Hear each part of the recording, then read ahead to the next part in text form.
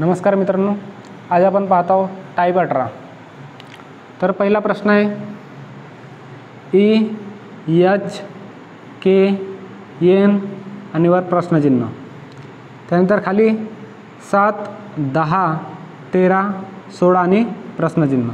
ठीक आहे, आता मिश्र स्वरूपाचे उदाहरण आहे। वर ई आहे, खाली त्याच्या रिलेशनमध्ये 7 दिलेत बरोबर।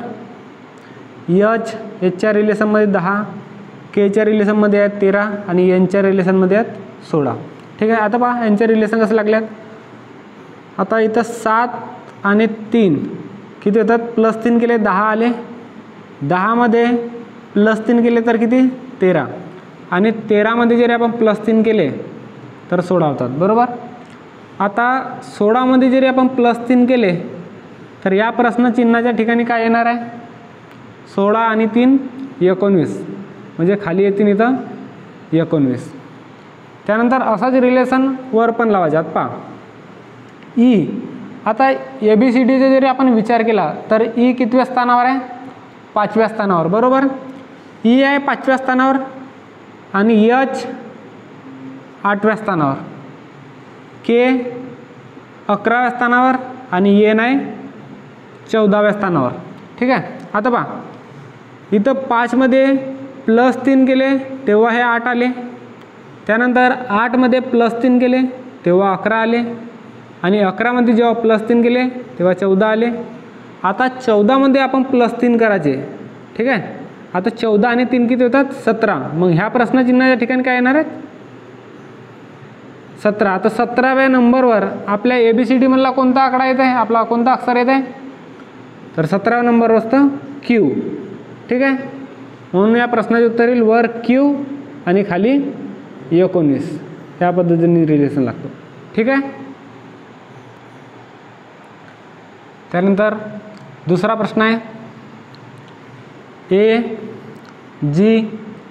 AGMS समोर प्रश्नचिन्ह आणि खाली आहे 49, 54, 59, 64 आणि प्रश्नचिन्ह।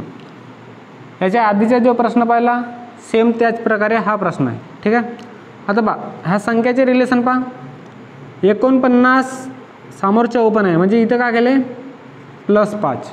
ठीक आहे, त्यानंतर 54 +5 59, 59 मध्ये अजून 5 जरी प्लस केले आपण तर इथे 64। ठीक आहे, आता 64 मध्ये आपण जेव्हा 5 प्लस करून तर येणारी जी संख्या आहे ते प्रश्नचिन्हाच्या ठिकाणी येईल। ठीक आहे, आता 64 + 5, 64 आणि 5 किती होतात 69, म्हणून इथे येईल 69। ठीक आहे, तसंच वर पण रिलेशन लावा। आता ABCD मध्ये ए कितव्या स्थानावर आहे, प्रथम स्थानावर बरोबर, म्हणजे ए आहे 1 नंबरवर। आता 1 नंबरवर आपण जेव्हा 6 प्लस करून तर येतात 7, म्हणजे हा Gच्या स्थान झाला 7व्या नंबरवर। ठीक आहे, आता 7 मध्ये जेव्हा पुन्हा आपण 6 प्लस करून तर किती होतात 13, 13 हा Mच्या स्थान झाला। म्हणजे एक लक्षात येत आहे आपल्याला की प्रत्येक संख्येमध्ये म्हणजे ह्या ABCD मधले जे आपले अक्षर आहेत त्याच्यामध्ये 6 जेव्हा आपण प्लस करत आहोत तर समोरचे अक्षर भेटत आहे। ठीक आहे, आता 13 मध्ये 6 प्लस करा, 13 आणि 6, तर मग कोणता नंबर भेटेल आपल्याला यसचा, यस कितीवर असतो 19वर।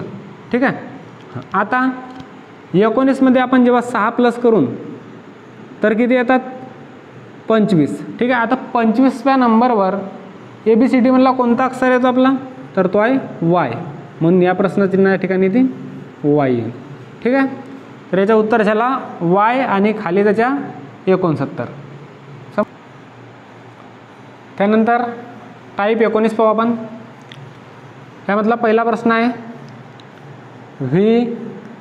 V422D, S719G, P1016J, त्यानंतर M1313M समोर प्रश्नचिन्ह। ठीक आहे, एकदम खतरनाक प्रश्न वाटतं पण सोपा आहे प्रश्न। ठीक आहे, आता पहा आपण जेव्हा याला 422 वाजू तर थोडा समजणार नाही आपल्याला। ठीक आहे, पण याला जेव्हा सिंगल 4 आणि 22 असा जरी पकडू तर लवकर लक्षात येतं आपल्याला की जो ABCD मध्ये जो डीचा जो स्थान असतो तो किती 4 नंबरवर असतो आणि व्हीचा जो स्थान आहे तो 22.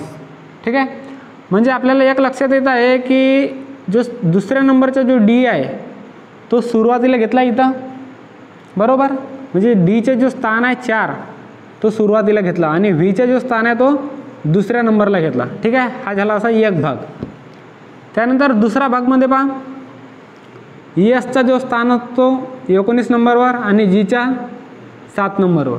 तर काय घेतला, आधी जीच्या घेतला, जो दुसऱ्या नंबरचा तो सुरुवातीला घेतात. जीच्या स्थान 7 आणि एसच्या स्थान 19. ठीक आहे, त्यानंतर तिसऱ्या पण स्थानात पाहता त्याच पद्धतीनं जे 10वर आहे आणि पी 16वर आहे. ठीक आहे, असे 2 भागामध्ये त्याचे भाग पाडलेत. ठीक आहे, आता M13 आणि M13 दोन्ही सारखे नंबर आहेत, त्यामध्ये काही आहे ना. आता इथं पहा, आता समोर असे घेतले. आता इथं प्रश्नचिन्ह ठिकाणी काय येईल, आता पहा 4 + 3 काय झाले 7. त्यानंतर 7 + 3 इथं 10 आले. नंतर 10 + 3 13. आपण पहिलेचे आकडे पाहतो. ठीक आहे, आता 13 प्लस जेव्हा आपण 3 करू इथं 13 आणि 3 किती होतात 16. ठीक आहे, इथं कोणते तरी अल्फाबेट्स येतील, बरोबर. आता 13 आणि 3 केले तर इथं इथून 16 हा पहिला भाग झाला. ठीक आहे, प्रत्येक संख्येमध्ये 2 भाग पाडलेत आपण. हां, पहिला भाग 16, आता दुसरा भाग इथं काहीतरी येईल. आता दुसरा भाग कसा येतं बा, दुसऱ्या भागापासून आता विचार करा. 22 आणि जरी 3 कमी केले इथं -3 तर 19 येत आहेत, बरोबर.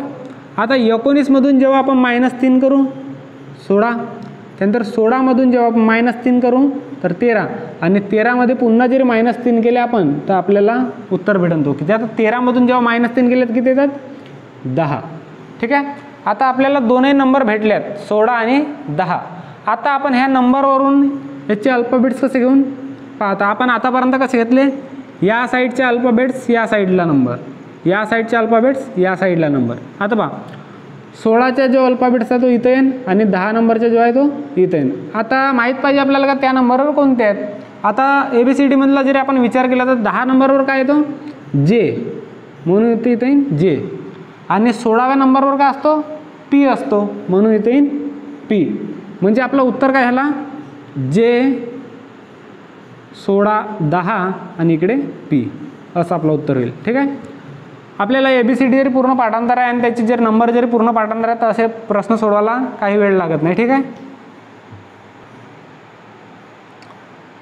त्यानंतर टाईप 20 आपण इथे ABCD लिहिल्या पूर्ण. हा प्रश्न. ठीक आहे, AZBY हा एक भाग, DWEV हा दुसरा भाग, GTHS तिसरा भाग आणि चौथा भाग आपल्याला इथं काढायचा आहे. ठीक आहे, आता पहा AZ.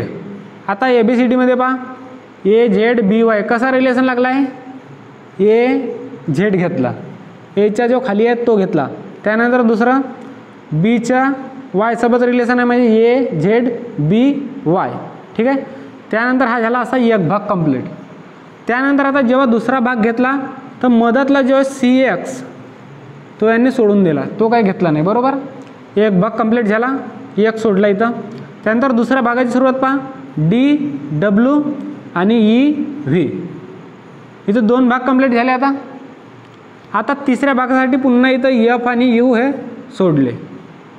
आता तिसरा भाग GTHS. ठीक आहे, आता GTHS झाल्याच्या नंतर पुन्हा एक सोडून आपण चौथ्या भागासाठी. आता चौथ्या भागात काय येणार JQ. आपण असं कसं लिहून आता इथं JQ, जेच्या रिलेशन Q सोबत आणि KP. ठीक आहे, असं या पद्धतीने आपला चौथा भाग येत आहे. ठीक आहे, या पद्धतीने कोणत्या पद्धतीने रिलेशन लागले, वरच्या रिलेशन खालच्या सोबत, त्यानंतर वरच्या रिलेशन खालच्या सोबत. हा एक भाग झाला, एक भाग कंप्लीट झाला, मधून मधात एक सोडलेत.